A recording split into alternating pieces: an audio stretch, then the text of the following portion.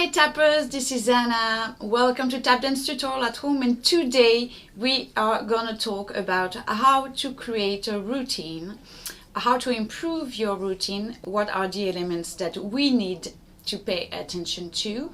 So grab a piece of paper, a pen, and join me here.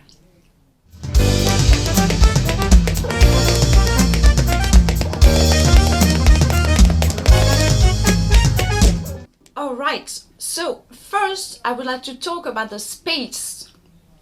What space available do you have? So I will stay very general, okay, because it's not a conference.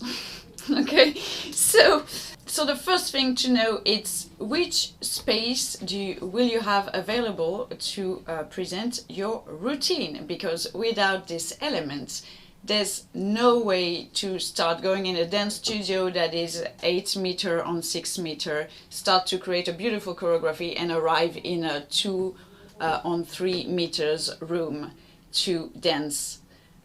So it's very mandatory that you know from the beginning which space available you will have.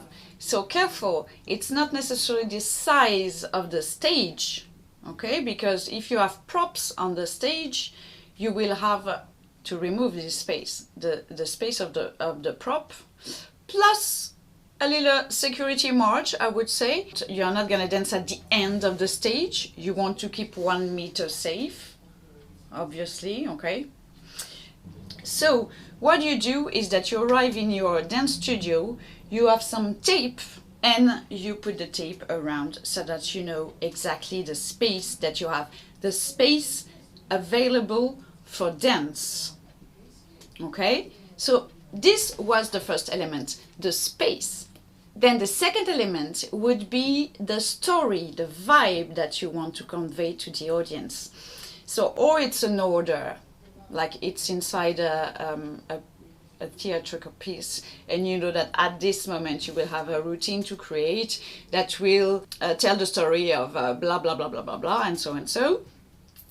Or you can just have like a vibe, you know that you want it energetic, the audience after they watch your routine are great, they are in a energy, or you want to convey something very sad, melancholic.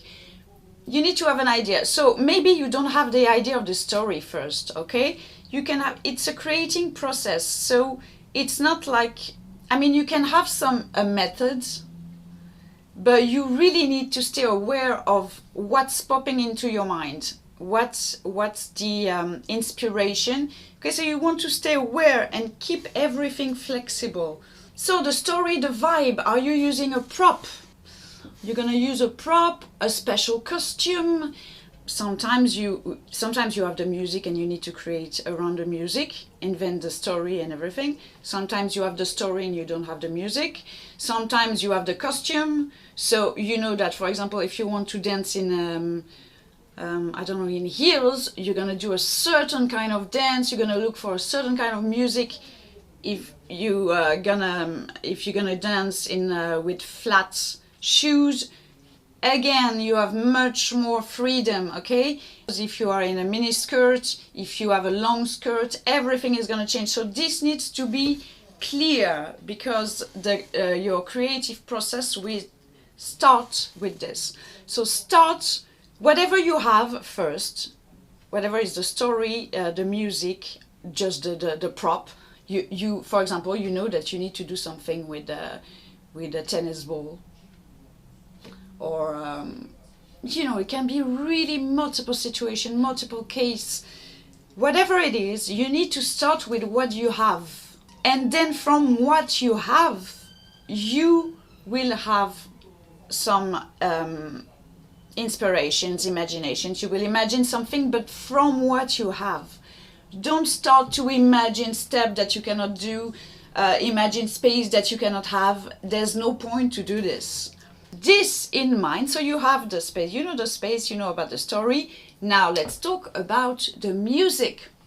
The music, how to choose the music. Maybe you have a clear idea. Maybe you want a hip-hop rhythm. Maybe you want to do some tap on classical music. maybe you want something very traditional, like a piano stride, and do tap dancing because the show is about the 30s, or I don't know. So you need to choose the music. Once you have this music, you need to have the right timing. Because you don't want, obviously, if you're a solo dancer, for example, you don't want to dance more than 1 minute 32. I mean, if really there's a story in the number, you can reach 3. But, I mean, you know, it's long. It's long when you dance in solo, when you have no special effects, not so much light, no smokes, you know. My point is, don't plan something too long, okay? I would say if you're a solo dancer, start with 1 minute 30, which is already a piece of work, 1 minute 30, 2 minutes alone. Then you have with the music, so talking about the music, think that you can edit the music. I did this for my students many times. A first part with an introduction with, I don't know, African percussion, for example. Then the second part will be the main music, where there will be the dance, and then an end, and then another piece of music, completely different. You can do medley. Imagine how you can build this music. You can also, if you have, for example, music that you want to take, that like gives you inspiration, the problem is it lasts 6 minutes, and you cannot do 6 minutes.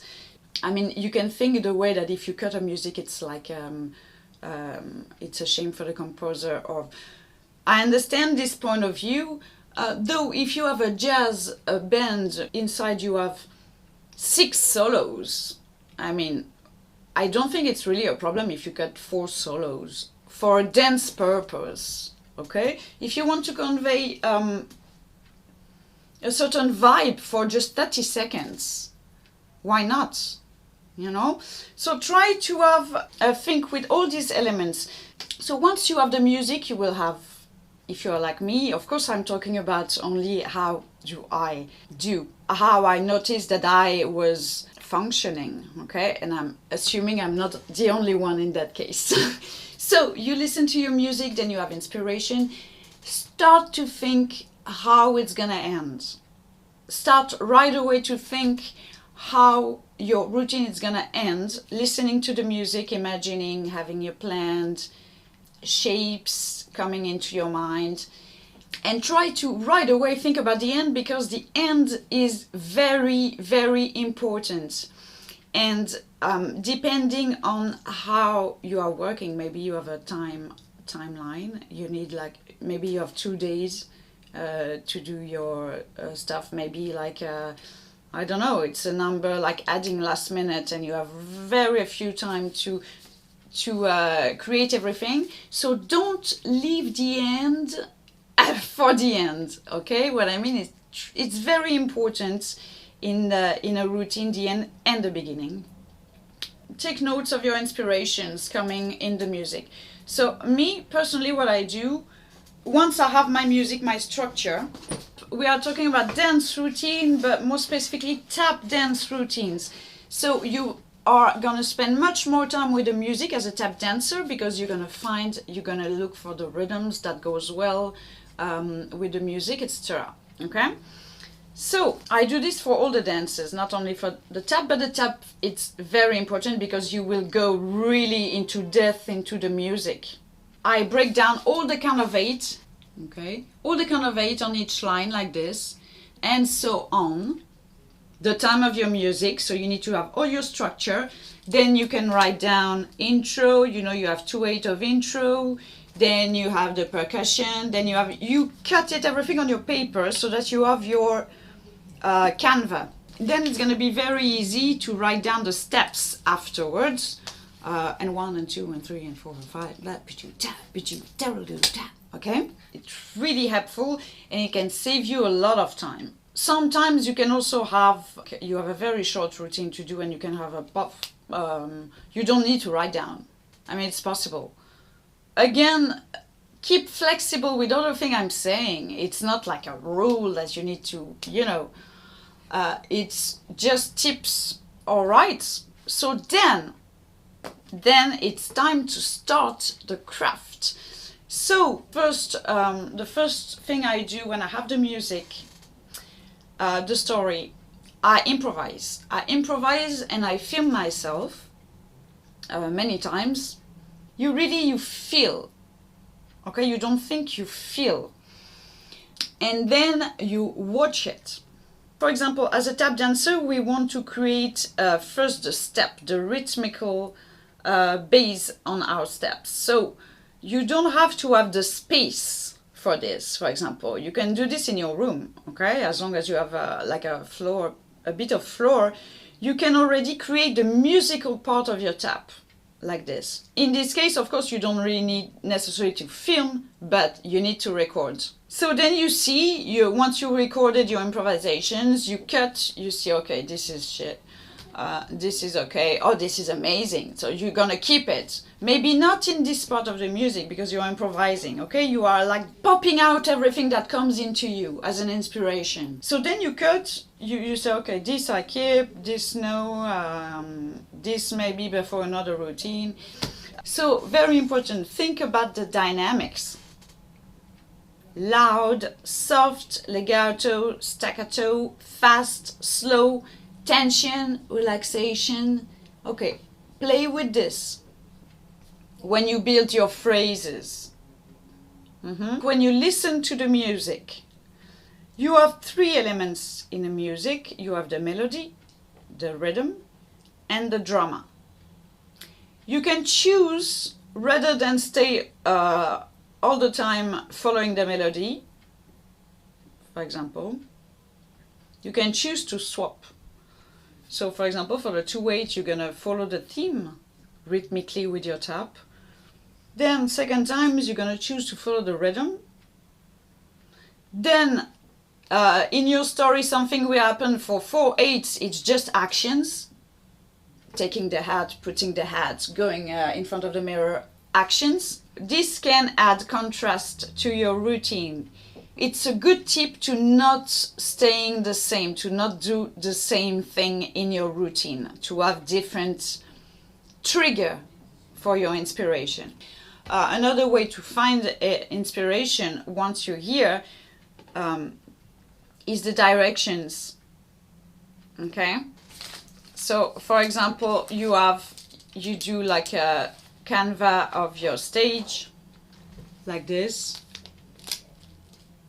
Yeah, and then you decide, you start in the center, then you're gonna do a manège, turn around, then go in the diagonal here. You see, for example, then you're gonna have a step in diagonal, etc., etc. And you write down like this all your movements, all your directions on paper, so that can give you, okay, this I did it already 2 times. Maybe you're gonna realize this only when you write down on the paper, you know what I mean? So it's very interesting to have kind of an objective eye, which is your note with the paper. Because if you just follow your inspiration, you're gonna probably do redundant things. Okay? So you want to add contrast. Contrast is a huge word. Then I recommend all the time, if you can, film yourself. Go in a dance studio, limit your space, and film yourself and watch it as if you were watching somebody else's work. So try to remove any I want to do this because I said I wanted to do this step. So try to really have an eye that someone who is discovering the routine. You can be also alone to create your own show, as I assume a lot of you are in this situation, and you are or a duo or you have a trio, or you know, you do your stuff alone. So you need to film yourself. Now we have this amazing thing that is the video. Like imagine when they haven't this before. So another tip that I can give you is keep it simple as well. Because sometimes we want to do some complicated stuff that has nothing to do with a routine. It's just showing off stuff. Be really honest with yourself. What is really working, what is not working. Keep what's working and change what's not working. I would strongly recommend you to get this book, The Art of Making Dances by Doris Humphrey, if you're interested, because she's going really into details.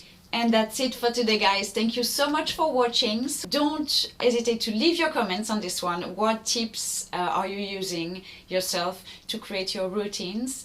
Don't forget to subscribe and to give a thumbs up to the video. And I'll see you on the next one. Bye!